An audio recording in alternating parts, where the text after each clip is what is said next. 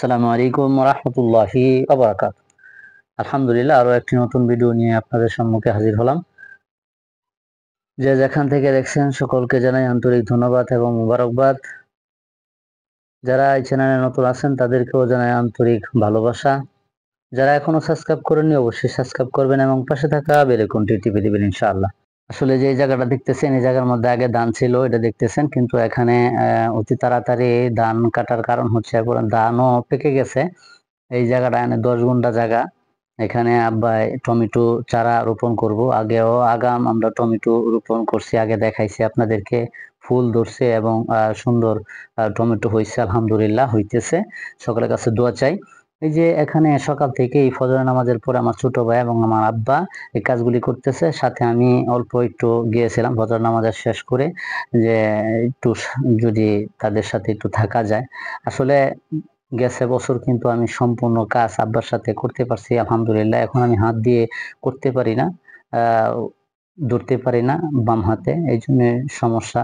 না হলে আমি কিন্তু সবসময় আব্বার পাশে থাকতাম, কাজকর্ম করতাম। কৃষি কাজ আমার কাছে ভালো লাগে।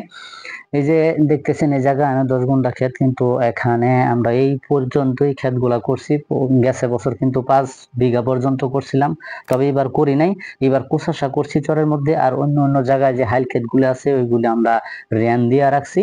আমাদের কষ্ট হয়, ওইগুলি করতে পারি না, দূরে দূরে জায়গা, এই জন্য করতে পারি না বিদায়। এবং আমি খের যেহেতু খাওয়াই না, আমার খেরের বেশি প্রয়োজন পড়ে না, আমি যেহেতু ঘাস নির্ভর আমার খামারে, এই জন্য কিন্তু আমি এই এই জমিগুলা চাষাবাদ করি না। তবে ধান নিজেরা কিনা তারপরে আমরা খাই ইনশাল্লাহ।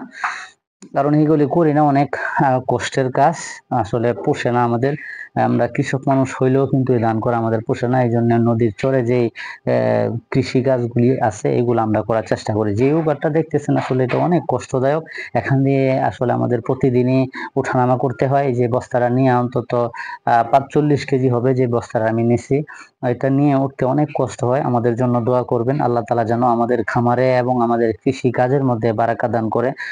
অবশ্য আপনাদেরকে কিছু ধারণা কিংবা আপনাদের উৎসাহ দেওয়ার জন্যই কিন্তু এই ভিডিওগুলি করে থাকি। আমার এই চ্যানেলের জন্য দোয়া করবেন, আল্লাহ রাব্বুল আলামিন যেন উত্তরোত্তর এই চ্যানেলে বরকত দান করে। আপনাদের উপকারে যেন এই চ্যানেল আসতে পারে, আমার জন্য দোয়া করবেন। আপনাদের মহাব্বত আর ভালোবাসা যেন এগিয়ে যেতে পারি, আল্লাহ তাআলা আমাকে আপনাকে তৌফিক দান করে, কবুল করে।